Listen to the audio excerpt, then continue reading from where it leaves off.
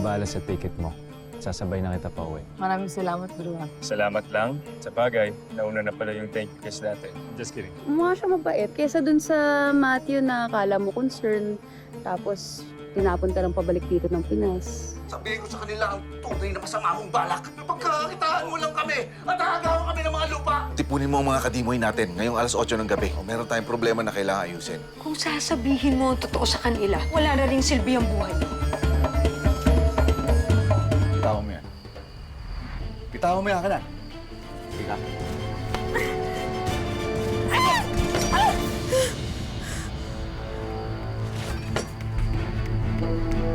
Alam kong hindi mo kayang patayin ang sarili mo. Masyado mo mahal ang sarili mo. Kayang-kaya mo nga manakit na ibang tao.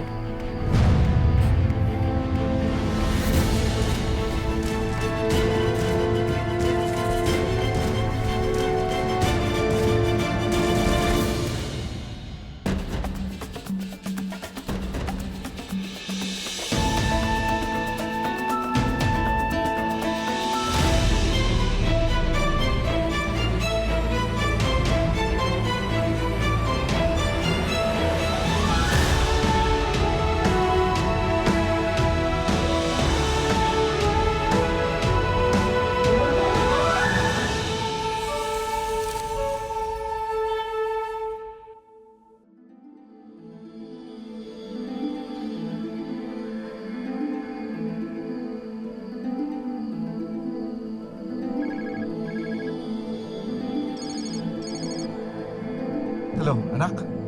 Nasaan ka na? Kasama mo naman sila Gemma Lo at saka si Kaloy. Oo, tay. Nasa tricycle na kami. Opo.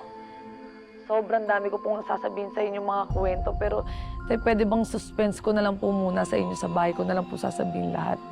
O sige, sa town hall na tayo magkita ha. Dahil may sasabihin ako sa mga kadimoy natin. Pero mabuti rin na marinig nyo ito. Oh? Tay, para naman ho akong kinakabahan sa sinasabi niyo. Mangingi na rin ho ako ng pasensya sa inyo sa lahat ng mga nagawa kong mali.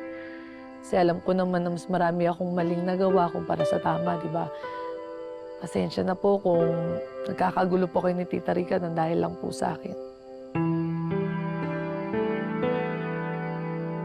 Tay, eto lang baka nakipagrelasyon lang sa'yo yung babae na yan para makuha niya yung loob mo. Tapos, kapag nangyari yun, hindi ka nakukontra na ipagbili natin sa kanila yung lupa natin.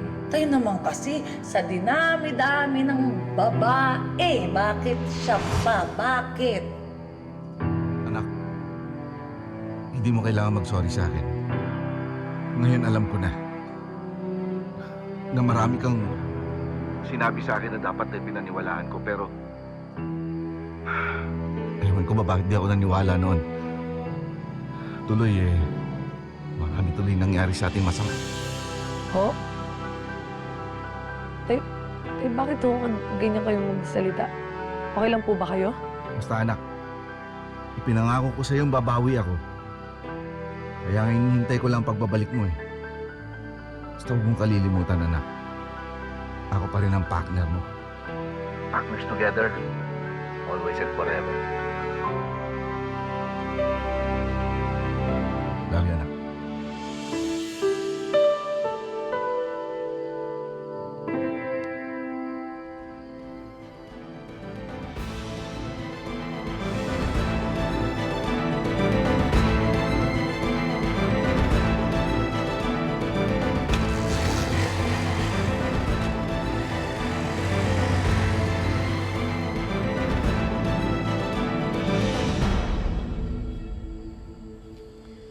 Mom, what will happen to us kapag hindi mo na-close ang deal? I'm almost there na. Kunti na lang, I'm gonna reach my goal na and I just need money. Kaya we have to stop that meeting. I won't allow him to ruin my plans. Gagawin ko ang lahat para mapatahimik si Gani. Let's go.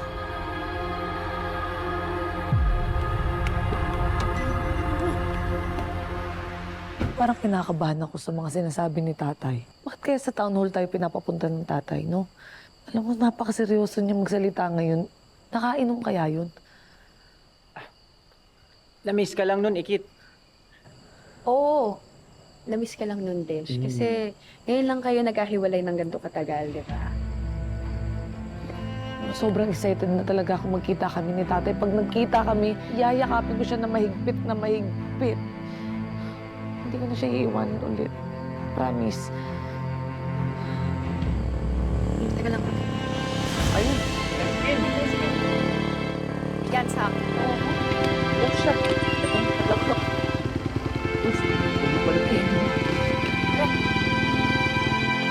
Kuya, sa town hall po.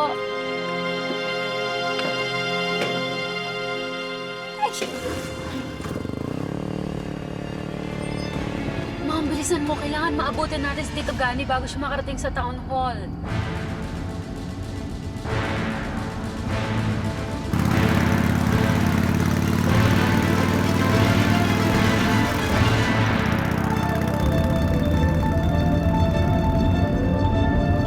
Ayan si Tito Gani.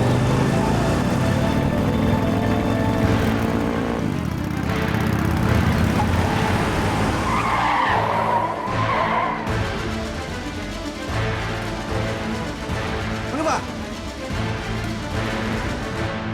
Talaga bang desperada ka na? Ha? Gusto mo pa akong banggain?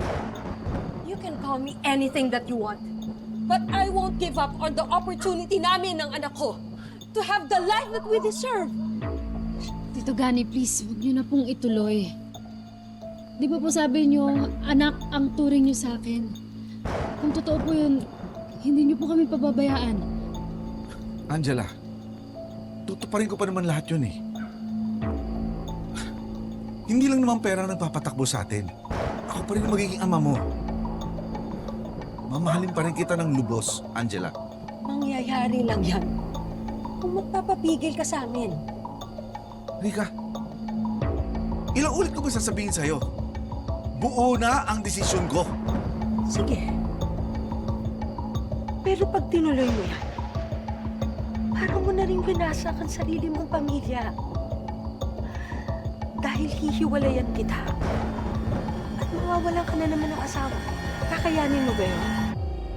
Na binigyan ka ng pangalawang pagkakataon? Na bumuo uli ng panibago mong pamilya? Pero ikaw din pala ang sisira nun?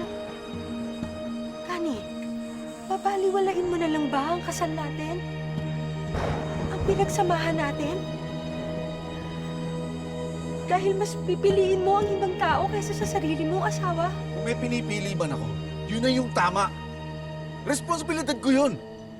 Ngayon kung pinagpapahalagahan mo na ako ay katuwang mo, dapat magkasama natin itong hinaharap, hindi ba? Gana, I'm giving you one last chance to save our marriage and our family. Kapag tinuloy mo yan, hindi mo na ako makikita kahit kailan. Wala ka nang magagawa para isave itong pinakaiingatan mong pamilya.